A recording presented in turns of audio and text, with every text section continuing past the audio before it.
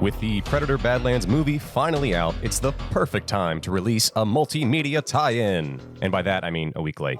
In this video, we're going to be looking at the prequel comic to Predator Badlands, which leads directly into the film. So without further ado, let's get into the story. Then we can talk about all the little details and my thoughts. There may be some potential spoilers in here for Predator Badlands, so I would say if you haven't seen that movie, it's fine, but just a forewarning. This comic follows Deck, the protagonist from Badlands, on a mission from his father to become blooded and earn his cloak, much like in the film. It opens on an unknown alien race traveling through space to meet up with the rest of their people. Their supercomputer is ordered to protect them by any means necessary, and you find out later the computer has a lot of means. Their ship ends up crashing, and we flash forward where we meet up with Deck and his brother Quay, scoping out the crashed vessel 10,000 years later. Deck is tasked with retrieving a power core from the ship, and his brother drops him off to complete the task on his own. Once inside the ship's computer reactivates, scans Deck to learn he is a Yautja, and begins constructing defensive countermeasures. It sends a drone after him, it creates pheromone spores to attract local alien bugs to attack him, more little drones, and my personal favorite, a giant Yautja robot. Deck manages to overcome all of these obstacles, but if you've seen Badlands, you know he isn't successful in this endeavor, but there is some great action sequences in here, which I really liked.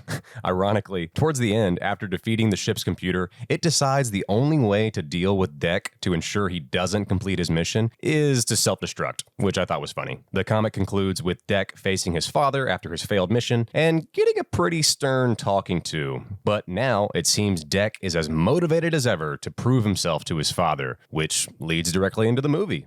Now, some little details about the comic. This was not written by Dan Trachtenberg, director and writer of Prey, Predator Killer of Killers, and Predator Badlands. But he did collaborate with writer Ethan Sachs to tell this story. Ethan Sachs has worked on many Marvel comics in the last few years, including a lot of Star Wars stuff and the Old Man Hawkeye and Old Man Star-Lord storylines, which I did enjoy. And I feel he's a pretty good fit for expanding movie lore within a comic. It's kind of right up his alley. The art and the coloring for this book was pretty solid, but nothing amazing. Good action sequences, like I said earlier. The premise is very similar to Badlands, just on a smaller scale, which is fine, but personally, I would have liked to have seen a bit more interaction between Deck and his brother Quay. You do get a bit of that at the beginning and towards the end. You learn a little bit more about their relationship, which I liked. I thought it was a nice touch, but because this is a one-shot prequel comic, it suffers the same fate as many prequels, in the sense that we already know what's going to happen to these characters, so there's not a lot of room to play within this story. It makes it feel limited. If you haven't seen Badlands yet, this is a decent lead into the film, but non-essential. Overall, I did like this, not only as a fan of the movie, but as a fan of Predator comics in general. And if you missed it, I did cover every single Predator comic from 1989 to 2025, giving a bit of detail for each comic and determining whether or not it's worth a read. That video will be linked below and at the end. Yeah, I was about a week early on making that, and this comic wasn't covered in that original video, so I thought this would be a good opportunity to do it now. Now, I don't give number reviews because I feel they are arbitrary, but just a simple yes or no on whether or not a comic is worth a read. And by that metric, I'm gonna have to say no on the Predator Badlands prequel comic. I thought it was a fun addition to the Badlands movie, but overall completely skippable in the grand scheme of Predator lore. Although, I did think it was a fun read. And now, I'd like to take the opportunity to say thank you to everyone who did watch the Predator comic video, showed support, feedback, and criticism. It meant a lot to me that so many people found the video enjoyable, or at the very least engaging